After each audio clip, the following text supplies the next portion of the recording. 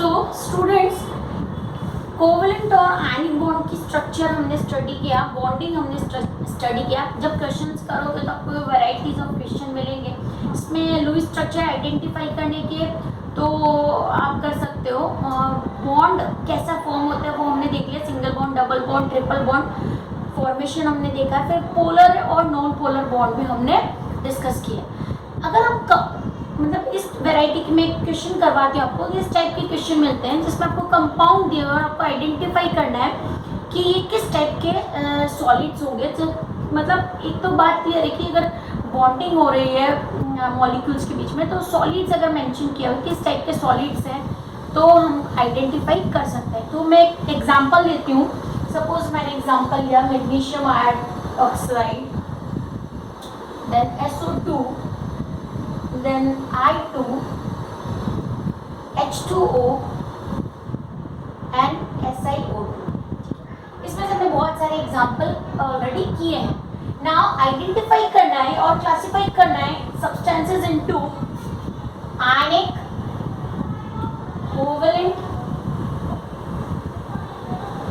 Then molecular solids, है ना, molecular and और वी कैन से मेटेलिक। ठीक है, one and the same thing is there, metallic solids में इनको आपको क्लासिफाई करना है। ठीक है, कोवलेंट में आपको पोलर और नॉन पोलर भी आइडेंटिफाई करना है कि आइदर पोलर है कि नॉन पोलर। तो हम इनको क्लासिफाई करना है। ये सारे हमारे पास कंपाउंड्स दिए हुए हैं मॉलिक्यूल, जिनको आपको इन तीन कैटेगरीज में means ionic, covalent, polar covalent and molecular means अगर मेटल प्रेजेंट है तो आप मेटेलिक कह सकते हो। जैसे यहाँ पर तो जो भी एग्जांपल दिया हुआ है उसमें ऐसा कोई भी सॉल्ट नहीं है, सभी मॉलिक्यूलर सॉलिड्स हैं ना, क्योंकि सभी मतलब जिनमें मेटल प्रेजेंट है, जैसे ये मेटल है, सिलिकॉन भी, सिलिकॉन नॉन मेटल होता है, सिर्फ यहाँ पर एक मैग्नीशियम जो है वो मेटेलिक सॉलिड है, लेकिन टाइप क्या है उसका। ठीक है, हम इजीली इनका क्लासिफिकेशन कर सकते हैं। जैसे MgO है, आपको पता है कि Mg के आउटर मोस्ट में 2 इलेक्ट्रॉन्स हैं और ऑक्सीजन के 2 6 हैं।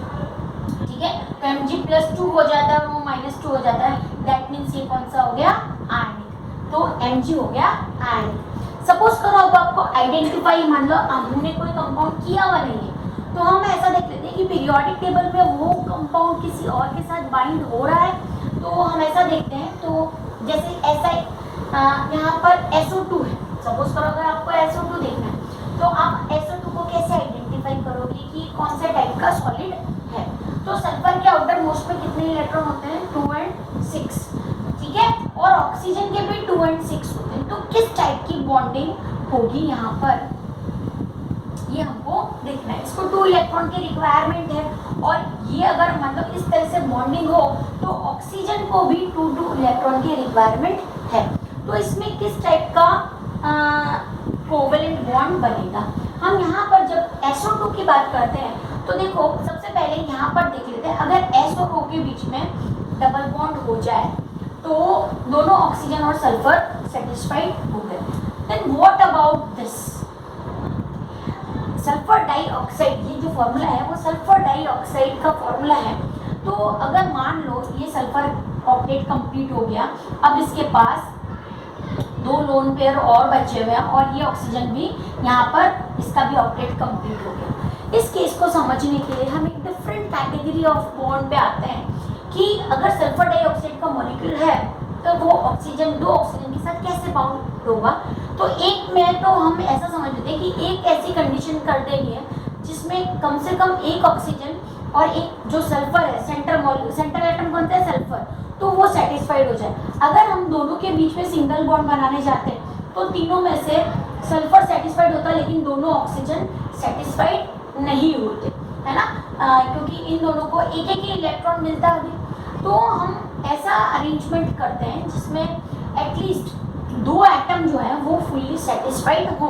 तो अगर इन दोनों के बीच में डबल बॉन्ड बनाते हैं तो ये यहाँ पर सल्फर और ऑक्सीजन के बीच में डबल कोवेलेंट बॉन्ड यानी डबल कोवेलेंट बॉन्ड बन जाता है, डबल बॉन्ड बन जाता है। और उसके बाद एक और चीज है कि सल्फर की तरह ऑक्सीजन के ऊपर भी -2 चार्ज होता है ना। तो यहाँ पर हमने कोवेलेंट बॉन्ड फॉर्म कर दिया। अब इस ऑक्सीजन का क्या है, तो यहाँ पर एक डिफरेंट टाइप का बॉन्ड बनता है जिसको कोऑर्डिनेट कोवेलेंट बॉन्ड कहते हैं। कोऑर्डिनेट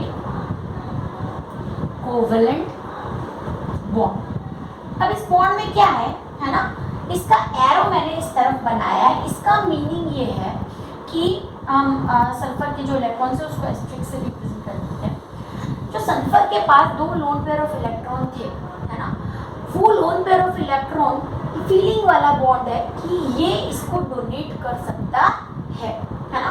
तो at the time of requirement it can donate it's loan pair of electron. तो ये एक लोन पेयर इसको डोनेट कर देगा तो ऑक्सीजन सेटिस्फाइड हो जाएगा। अब यहाँ पर डोनेट कर रहा है, एक्सचेंज नहीं कर रहा है। अगर वो दे देगा तो उसका ऑक्टेट इनकम्प्लीट रह जाएगा। तो इस एरो, इस जो बॉन्ड को इस एरो से डिनोट करते हैं, और जो एटम डोनेट करता है उसकी साइड से जो एक्सेप्टर एटम है उसकी तरफ ये एरो का निशान रहता है। अगर आप देखोगे तो एक तो डोनेट हो गया, फिर भी सल्फर के पास एक और इलेक्ट्रॉन पेयर बचता है। That means it has capacity to donate another lone pair of electron to an another oxygen. ठीक है, तो इसका मतलब SO3 सल्फर ट्राईऑक्साइड भी एक कंपाउंड होता है जो सल्फर का एक कंपाउंड है ऑक्सीजन के साथ, है ना। तो यहाँ पर हम ये सीख रहे हैं कि if there is one lone pair of electron in an atom it can donate its electron. Donate करने का मतलब कोऑर्डिनेट कोवेलेंट बॉन्ड का मतलब वन टाइप ऑफ कोऑर्डिनेशन है ये कि इलेक्ट्रॉन तो उसी के पास रहेगा लेकिन इसका भी ऑक्टेट कंप्लीट हो जाता है। So this type of bond is also covalent bond. तो यहाँ पर MgO आयनिक हो गया, आयनिक आई लिख देते हैं हम यहाँ पर। देन SO2 कोवेलेंट बॉन्ड हो गया, लेकिन उसका टाइप हमने बताया कोऑर्डिनेट, और कोऑर्डिनेट ऑप्शन नहीं है तो ये एक पोलर कोवेलेंट बॉन्ड है।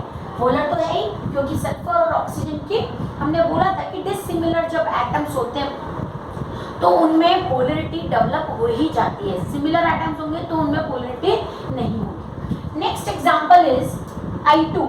ऑब्वियसली क्लोरीन की तरह ये I2 के आउटर मोस्ट में 7 इलेक्ट्रॉन्स होते हैं और वो दूसरे I के साथ नॉन पोलर कोवेलेंट बॉन्ड बनाएगा। So this is another I and it will form, मैंने ऊपर और नीचे बना दिया है, so it will form I and I that is like similarly like Cl2। जैसे सिमिलर एग्जांपल हमने Cl2 पर लिया है वैसे की वैसे I2। तो ये बन गया आपका I2 means I and I covalent bond. और ये कैसा कोवेलेंट बॉन्ड है? Polar sorry non polar covalent bond.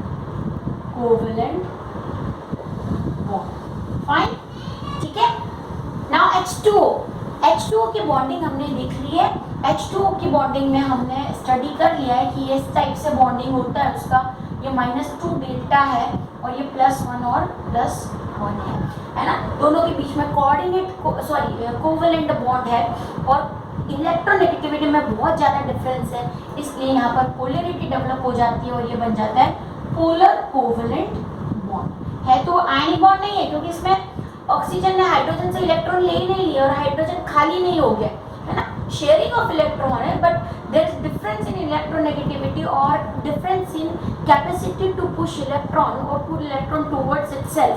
तो वहाँ पर इलेक्ट्रोनेगेटिविटी ऑक्सीजन की ज़्यादा है और इसलिए इसकी तरफ इलेक्ट्रॉन रहेंगे और पोलरिटी डेवलप हो जाएगी। तो water is polar covalent bond. Now SiO2 silicon dioxide. अब क्वेश्चन ये कि हमने सिलिकॉन डाइऑक्साइड तो फॉर्मेशन देखी ही नहीं, तो हमको कैसे पता चलेगा कि कौन सा बॉन्डिंग है। लेकिन आप याद रखो सिलिकॉन कार्बन फैमिली का एटम यानी एलिमेंट होता है। तो हमने CO2 की फॉर्मेशन तो देखी है ना, तो CO2 की जैसी फॉर्मेशन है वैसे ही सिलिकॉन की फॉर्मेशन होती है। तो यहाँ पर भी सिलिकॉन के आउटर मोस्ट में कितने इलेक्ट्रॉन होंगे? 4, 1 2 3 4 और ये ऑक्सीजन और ये ऑक्सीजन। तो यहाँ पर शेयरिंग ऑफ इलेक्ट्रॉन हो जाएगा, लेकिन अगेन कौन सा बॉन्ड बनेगा? Polar covalent bond. जब तक ऑप्शन है तब तक हमारे पास पोलर और नॉन पोलर हम यूज करते हैं, अगर ऑप्शन नहीं है तो कोवेलेंट बॉन्ड। लेकिन आपको ये ध्यान रखना है कि अगर कंफ्यूज नहीं होने कि जैसे I2 दे दिया तो हमने नहीं किया हुआ है, वो Cl क्लोरीन वाली फैमिली का है, SiO2 है तो वो कार्बन वाली फैमिली का मेंबर है. So one type of questions are of this category when you have to identify the type of solids on the basis of their bond formation, कि कैसे बॉन्ड बन रहे हैं उनके बेसिस पे आपको वो कंपाउंड को आइडेंटिफाई करना है. आयनिक है, कोवेलेंट है ना, या फिर पोलर कोवेलेंट या नॉन पोलर कोवेलेंट है. और इसी में हमने एक और टाइप का बॉन्ड फॉर्मेशन भी देख लिया, that is known as coordinate covalent bond. अभी इसका बहुत ज़्यादा हमको डिटेल नहीं करना है, बस यहाँ पर टाइप आया है इसलिए हम उसको कोऑर्डिनेट कोवेलेंट बॉन्ड की तरह समझ सकते हैं. सो यहाँ तक हमने जो स्टडी किया है वो type of solid, type of bonds, यहाँ तक हमारा हो गया. एक टॉपिक और है जिसको हम बोलते हैं लेटेंट हीट. ये स्टेट्स ऑफ मैटर का जो चैप्टर है वहाँ पर दिया हुआ है, ट्रांसफॉर्मेशन ऑफ मैटर में आता है. जनरली जो क्वेश्चन है वो लेटेंट हीट पर डायरेक्टली मतलब फाइंड करने के लिए नहीं आएगा, कोई भी फॉर्मूला नहीं है इसका, लेकिन आइडेंटिफिकेशन पूछ सकते हैं. और जो लेटेंट हीट है वो आपको दो याद रखनी पड़ेगी, एक तो लेटेंट हीट ऑफ आइस और दूसरा है लेटेंट हीट ऑफ वाटर. तो सबसे पहले latent heat, what is latent heat समझ लेते हैं. Latent heat is the amount of energy, ये टाइप का हीट ही है, टेम्परेचर है, एनर्जी है जो आप किसी स्टेट को देते हो. मैटर की किसी स्टेट को हम प्रोवाइड करते हैं और उस स्टेट का वंस उसका ट्रांसफॉर्मेशन हो जाता है. So the latent heat is the amount of heat required to transform one state of matter to another. ये इसका डेफिनेशन हुआ कि the heat energy which is supplied to change the state of matter from one to another, है ना. तो इसको बोलते हैं लेटेंट हीट. ये टू टाइप की होती है, latent heat of fusion and latent heat of vaporisation. ठीक है, latent heat of fusion and latent heat of vaporisation. Olympiad में इसके कुछ क्वेश्चंस आपको मिलेंगे, ग्राफ से भी रिलेटेड हो सकते हैं. वो अगर ग्राफ से रिलेटेड मुझे कोई क्वेश्चन दिखता है तो हम सॉल्व कर सकते हैं, पर एक बार समझ लेने के बाद आपको ये इजी हो जाएगा. सो लेटेंट हीट ऑफ फ्यूजन का मतलब क्या होता है. लेटेंट हीट, अगर इसको इजी लैंग्वेज में समझना है तो मेल्टिंग. और वेपराइजेशन का मीनिंग तो यहाँ पर ही हो रहा है, वेपराइजेशन मतलब इस लिक्विड टू गैस बनने के लिए जो यूज होती है. यानी 3 स्टेजेस अगर है यहाँ पर, सॉलिड, लिक्विड एंड गैस. तो whenever the heat amount of heat required for conversion of solid to liquid, कौन सी होगी, fusion, latent heat of fusion. And whenever a liquid changes और transformed into gas, the amount of heat required will be heat of vaporisation और latent heat of vaporisation. अब इसकी जो definition है वो किलोग्राम से रिलेटेड है और इसका जो यूनिट है वो हीट का ही होता है, जूल पर किलोग्राम. तो इसकी डेफिनेशन अगर कहीं पर हमको मेंशन करनी है तो या डेफिनेशन का कोई ट्रू एंड फॉल्स से रिलेटेड क्वेश्चन स्टेटमेंट, तो कैसे होता है, the amount of heat required for converting या for change 1 kilogram of ice. यहाँ पर आइस को ही किया है, यहाँ पर जैसे आइस होगा, लिक्विड में वाटर होगा और यहाँ पर स्टीम या वेपर होगा. ठीक है, तो required amount of heat to convert 1 kilogram of ice into water is known as latent heat of fusion. ठीक है, the unit of latent heat is joule per kilogram, है ना. तो यहाँ पर ये आइस का आपको latent heat of fusion define करना है ऐसे 1 किलोग्राम की फॉर्म में. और इसका लर्न भी कर लेना है कि latent heat of fusion of ice होती है 3.34 इंटू 10⁵ जूल पर किलोग्राम. ठीक है, ओके. सो एक जो आइस है वो 0 डिग्री सेल्सियस पर वाटर में चेंज होता है, ये हमको पता है ना. तो same temperature 0 degree Celsius, at 0 degree Celsius which means at 0 degree Celsius the amount of heat required, the amount of energy required to convert 1 kilogram of ice into water is known as latent heat heat of fusion. ठीक है, तो ऐसे पूछ सकते हैं कि किसमें latent heat ज्यादा होगी, डायरेक्टली पूछते ज्यादा या कम होगी। हम इससे रिलेटेड जो क्वेश्चन होंगे वो एक्सप्लेनेशन के बाद कर सकते हैं। Now the next latent heat of vaporisation, same ऐसे ही डिस्क्राइब करना है। हमको पता है कि वाटर 100 डिग्री सेल्सियस पर बॉईल होता है, तो amount of heat required for 1 kilogram of water converting into या transforming into steam or vapor, ठीक है, at 100 डिग्री सेल्सियस। और इसका जो अमाउंट होता है वो होता है 22.5 इंटू 10⁵ जूल पर किलोग्राम। ये क्या है, वो एनर्जी है जो 1 किलोग्राम ऑफ वाटर को स्टीम में चेंज करने के लिए चाहिए। तो दोनों एनर्जी के अमाउंट आपको एक बार लर्न करने पड़ते हैं। अगर इसको जूल की फॉर्म में मिलेगा, जूल की फॉर्म में लिखना है तो 22.5 into 10⁵ heat of vaporisation and 3.34 into 10⁵ heat of latent heat of fusion. ठीक है, for 1 kilogram of liquid and here 1, हम यहाँ पर क्या लेंगे 1 किलोग्राम ऑफ सॉलिड। अगर वाटर का एग्जांपल ले रहे हो तो ये रहा अमाउंट, और यहाँ पर क्या लेंगे 1 किलोग्राम ऑफ लिक्विड। अगर वाटर का एग्जांपल ले रहे हो तो हम लिक्विड की जगह क्या यूज करेंगे, वाटर और एग्जांपल भी। ठीक है, तो डायरेक्टली भी क्वेश्चन होते हैं, इनडायरेक्टली भी क्वेश्चन है इसके कि लेटेंट हीट फ्यूजन क्या है और वेपराइजेशन क्या है, किसको कितना लेटेंट हीट रिक्वायर्ड है।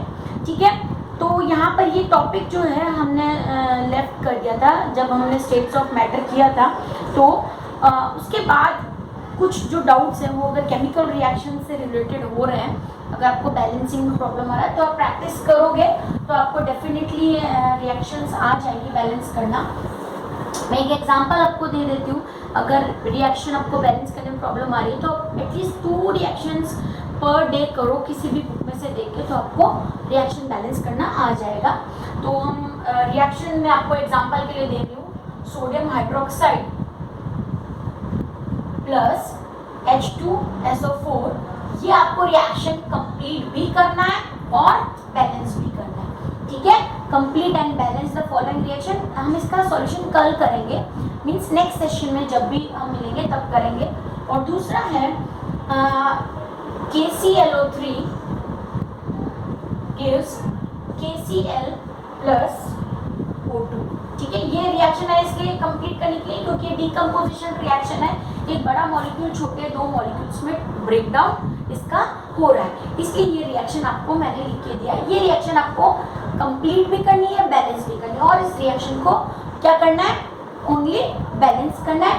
मेथड फिर से देखो एक बार, सारे एटम्स की लिस्ट बनाओ। ठीक है, नंबर हमेशा फ्रंट ऑफ एटम ऐड करना है, फ्रंट ऑफ एटम ऐड कर देना नंबर, और उसके बाद जब आप ऐड करोगे, जब आप नंबरिंग स्टार्ट करोगे, किसी के नंबर आगे पुट करना स्टार्ट करोगे तो मिनिमम नंबर से स्टार्ट करना है, जैसे ऑक्सीजन 2 है, क्लोरीन 2 है, इस तरह से। सो रिएक्शन बैलेंस की प्रैक्टिस अब आप करोगे तो आपको रिएक्शन बैलेंस आएगा। उसके बाद जो कंप्लीट वाला सेक्शन है वो एटम्स एंड मॉलिक्यूल वाले चैप्टर से रिलेटेड, तो एटम एंड मॉलिक्यूल्स में वो आएगा। ठीक है, तो in this way we will move ahead for foundation course with exercise part. जो अब आपके जैसे जो भी ओलंपियाड के जो टेस्ट होंगे उसमें जो एक्सरसाइज आएगी वो अभी तक हमने जो सेक्शन किया उनमें से रेंडमली आएगा, उसमें टॉपिक नहीं डिस्क्राइब होंगे। जैसे टॉपिक अगर स्टेट्स ऑफ मैटर लेते हो तो उसमें टाइप्स ऑफ सॉलिड्स वाले क्वेश्चन हो सकते हैं, फिर वेपर अभी जो लेटेंट हीट के जो हमने क्वेश्चन किए वो हो सकते हैं, और सिंपल जैसा अभी आपने यूनिट टेस्ट में देखा तो इस टाइप के क्वेश्चन होंगे। लेकिन लेवल थोड़ा सा हाई होगा और मिक्स हो जाते हैं वहाँ पर क्वेश्चन, आप डिसइंटीग्रेट नहीं कर सकते कि ये पर्टिकुलरली एटम एंड मॉलिक्यूल के क्वेश्चन है तो यहाँ कैसे आ गए, ऐसा नहीं। क्वेश्चन जो है वो जो वेराइटीज़ हैं वो चेंज हो जाती है और एक दूसरे चैप्टर से लिंक होने की वजह से क्वेश्चन मिक्स भी हो सकते हैं। तो केमिकल रिएक्शन बैलेंस जो है वो स्टेट्स ऑफ मैटर वाले सेक्शन में भी आ सकते हैं, इसीलिए हम सारा मिक्स करके पढ़ रहे हैं कि कॉमन टॉपिक लेने के और कॉमन इनको स्टडी करने के। ठीक है, तो ये 2 रिएक्शन हम नेक्स्ट सेशन में इनका बैलेंस जो है वो स्टडी कर लेंगे कि इनको कैसे बैलेंस करना है, तो आपको क्लियर हो जाएगा। ठीक है, so keep practising for chemical reaction balance. अगर नहीं आएगा तो फिर से हम मेथड करेंगे, लेकिन आपको नहीं आने जैसा इसमें कुछ नहीं है। मैं एक बार फिर से आपको यहाँ पर बता देती हूँ कि आप पोटेशियम लिखोगे, क्लोरीन लिखोगे और ऑक्सीजन लिखोगे, इसके अलावा यहाँ पर कोई एटम नहीं है। सेम यहाँ पर पोटेशियम, क्लोरीन एंड ऑक्सीजन। कितना पोटेशियम है 1, यहाँ पर कितना है 1। एक ही साइड करना चाहते हो तो क्लोरीन 1 और ऑक्सीजन 3। यहाँ पर क्लोरीन 1 बट ऑक्सीजन जो है वो 2 है, तो ऑक्सीजन इम्बैलेंसिंग से शुरू होगा। अगर यहाँ पर 2 है, यहाँ पर 3 है, तो ऑब्वियसली आपको दोनों साइड 2, 3 या फिर करना पड़ेगा। जैसे यहाँ पर बैलेंस है 2 है, लेकिन यहाँ 3 है, किस साइड कम है, इस साइड कम है, तो यहाँ पर आप 2 करोगे तो यहाँ पर आपको 3 2 6 ऑक्सीजन हो जाएगी और यहाँ पर आपको 3 करना पड़ेगा। ये बैलेंस ही हो गई, मैं आपको सिखाने जा रही थी लेकिन बैलेंस हो गया। देखो यहाँ पर अभी ऑक्सीजन कितना हो गया 2, हमने रखा था 6, 3 2 6 और यहाँ पर कितना हो गया 6, यानी ऑक्सीजन बैलेंस हो गया। लेकिन जैसे आपने 2 रखा, पोटेशियम भी 2 हो गया, ये पोटेशियम भी 2 हो गया और क्लोरीन 2 हो गया, जबकि यहाँ पर पोटेशियम और क्लोरीन क्या है 1 है, तो ये 2 हो गया। इस तरह से रिएक्शन बैलेंस हो गया। जो मैंने आपको एक्सरसाइज दी थी वो यहाँ पर खुद ही बैलेंस हो। तो आप इस रिएक्शन को ट्राई करो, सारे आइटम लिस्ट आउट करो और उसके बाद नंबरिंग करो। Okay, thank you.